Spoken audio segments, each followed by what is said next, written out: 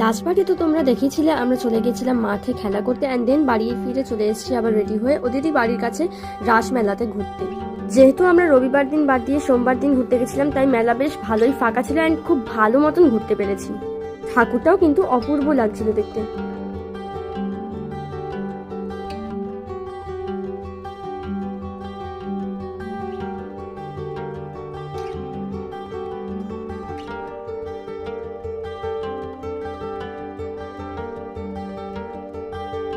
দেন ঠাকুর দেখা হয়ে গেলে সোজা বেরিয়ে চলে গেলাম মেলার ভেতরে টুকটাক কিছু দোকানপাট ঘুরে দেখতে।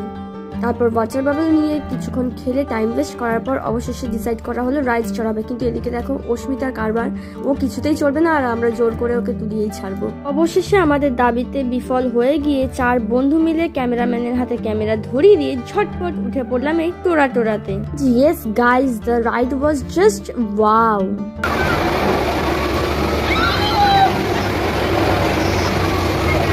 লাস্টে কাকু এত জোরে স্পিড দিয়েছে যে আমাদের 4 জনেরই হালাত একদম পুরো টাইট। ইট ফেল্ট লাইক একটু যদি আর স্পিড বাড়িয়েছে কাকু তাহলে তো আমরা একদম সোজা বাহিরে, পুরো খেল খতম।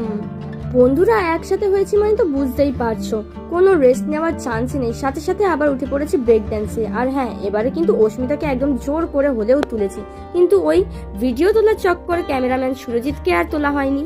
And her reaction was just চিল্লিয়ে মিলিয়ে একাকার কাণ্ড। ভেবেছিলাম আরেকটু হলে বোধহয় কেঁদেই ফেলবে। সে যাই হোক, এনজয়টাও কিন্তু ফাটাফাটি লেভেলের করেছি। মেলায় এসে খালি দোকান ঘুরলে আর রাইডস চড়লে কি মন ভরে? খাওয়া দাওয়া ইজ মাস্ট বস। বললাম সবাই মিলে একটু ফুচকা আর পাপড়ি চাট খেতে। সারাদিন ধরে এসব হালকা ফুলকা খেয়ে অর্ধেক গ্রুপের পেট ভরলেও তখনও আমাদের 3 জনের পেট ভরেনি, তাই চললাম এবার ভারী কিছু খাওয়ার জন্য। ওরা নিয়েছিল চিকেন চাউমিন আর আমার হালকা ফুলকা কিছু খেতে ইচ্ছা করছিল, তাই নিয়ে নিয়েছিলাম একটা চিকেন সুইট কর্ন স্যুপ। আজকের মিনি ব্লগটা এই অবধি। কেমন লাগলো অবশ্যই কমেন্টে জানিও, আর লাইক করতে কিন্তু একদমই ভুলো না। চ্যানেলে যদি নতুন হয়ে থাকো অবশ্যই সাবস্ক্রাইব করে দিও, আর পেজ থেকে দেখলে অবশ্যই একটা ফলো দিয়ে দিও। Thank you for watching my video. Next দেখা হচ্ছে আবার পরে একটা সুন্দর ভিডিওতে। টাটা।